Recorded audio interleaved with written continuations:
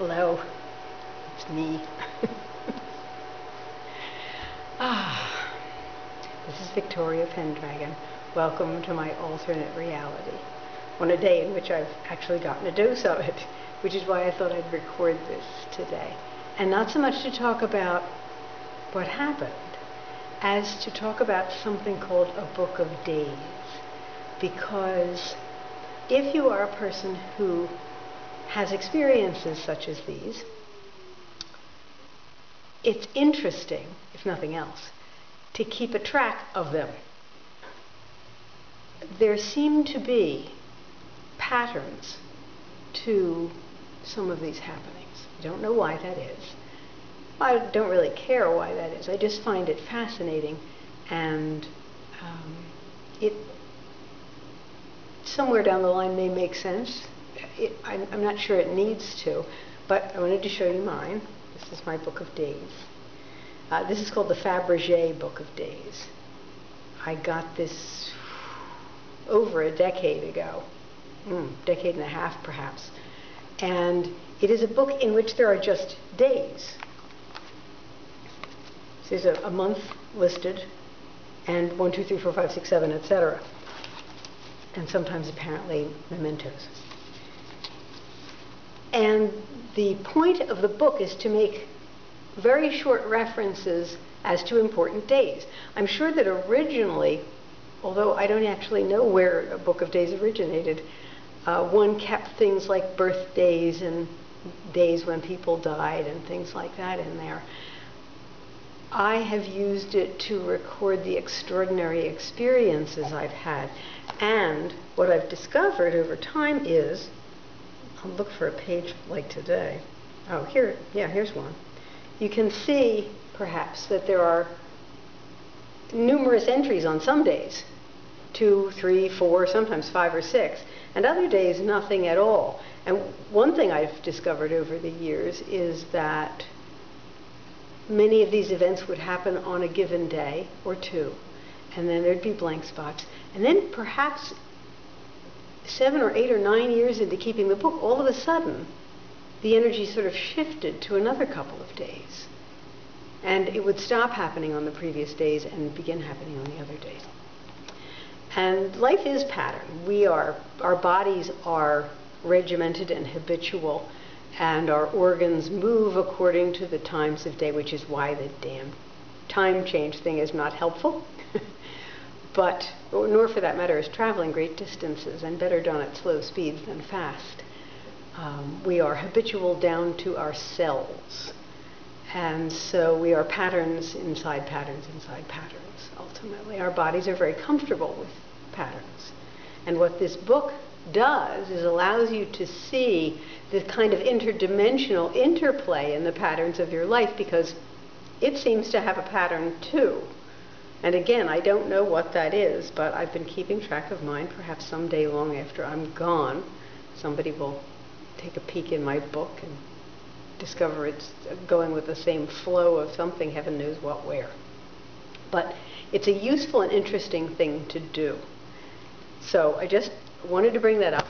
I'll actually be submitting a piece. I've written a somewhat more detailed piece on this for Om Times magazine. It'll be in their writers community later this month sometime. The thing that happened today, in brief, is an encounter with death. And I don't mean like I had a horrible accident or anything. I didn't. But this has happened to me twice before. Once when I had scleroderma and in dream state, and the next time actually on the beach around dawn. And then there's today. The dates were nothing significant at the time, but I do have this very close relationship with death, probably beginning with my own near death at 6 months of age, but also the fact that both of my parents were pathologists, and at a very young age I was at the morgue, in the morgue. I've assisted at autopsies many times. I used to take my sketchbooks in art school into the autopsy room and make drawings. So I've been comfortable with death. I mean, it's been a subject at the dinner table since I was little. So I've been comfortable with it. And it has made appearances for me in my life. I have, in case you hadn't guessed, a very sensitive biology. And in my life, when I've made big changes, or when big changes were happening around me, I have felt as if I were dying. And before I understood what was happening, which was that I was changing, I used to get very scared by it. And soon, in my 30s, I came to realize that this feeling of imminent death was, in fact, profound change, and that's all. So death and I have a casual and friendly relationship. And today, death invited me to dance. I was in that state that you're in after you've exercised a bit, and was just kind of resting briefly afterwards, letting everything settle, and listening to a Khachaturian ballet, something happily given to me by a friend, and death just reached in and reached out its hand and reached for mine, and I was able to reach out and able to engage, but no more than that. I think it was just a tease. And it was beautiful. And in that moment, I felt the longing to return for spirit that I think is present in all of us, and that I think our very humanity and being in a physical body kind of prevents us from feeling most times, because we are programmed to be afraid of dying. In my experience, it's nothing to be afraid of. And today was just a rather heightened level of that sense of entering the cosmic dance, as it were. And it was exquisite, and it was beautiful, and I look forward to the day when I actually do get to dance. I think that will be fascinating and interesting. And the previous two times that it happened, I was not ready. When I had scleroderma and it came in a dream, I actually appeared in the dream as the Fool on the tarot cards. And when death came, I put my arm around its shoulder and gave myself a wink and led death off into the sunset, which was nice for my waking consciousness, because I had a sense then that I wasn't going to die from the disease that was supposed to kill me. And that was cool and meaningful at the time. The second time, when I was in the ocean, it was at dawn, and I had a night job, which I didn't like because I'm not a night person.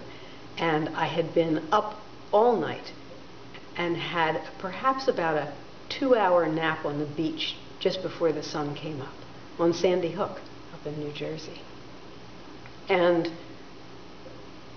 I thought I was awake. In retrospect, I'm not so sure that I was. But I went into the ocean, and it was one of those times when there aren't big waves, but it's kind of pulsing.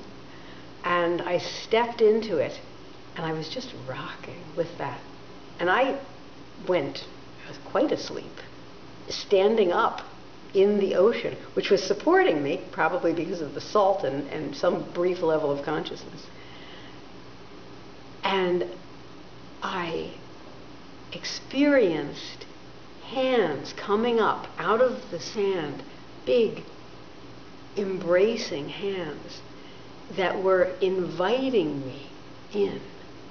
It was, to date, well, perhaps until this morning, the most seductive experience I've ever had. It was practically irresistible. What got me, I don't know. Probably my physical body was going, no, not the time.